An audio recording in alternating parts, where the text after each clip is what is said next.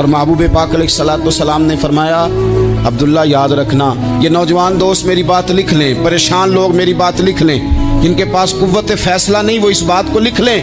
حضرت عبداللہ ابن عباس فرماتے ہیں میرے نبی پاک علیہ السلام نے مجھ سے فرمایا تھا عبداللہ سن، اگر ساری دنیا مل کے تیرا کوئی نفع کرنا چاہے کر نہیں سکتی جب تک میرے رب کی رضا نہ ہو، اور فرمایا ساری دنیا مل کے تیرا کچھ بگاڑنا چاہے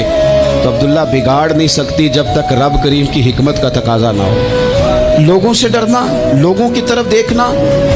ماحول دیکھ کے اپنے راہ کا تعین کرنا، ہر بندے کے خیالات کے مطابق ڈھلنے کی کوشش کرنا، فلانا نہ ناراض ہو جائے، فلانا نہ ناراض ہو جائے، وہ جس نے ہونا ہو جائے، بس رب رسول ناراض نہ ہو۔ اپنی زندگی میں اپنے مالک کو مولا جان کے بل اللہ مولاکم، اللہ تمہارا مولا ہے، وہو خیر الناصرین، وہ بہترین مددگار ہے، توجہ جب بھی کرے رب کی جانب کرے، اپنے دل کا قبلہ درست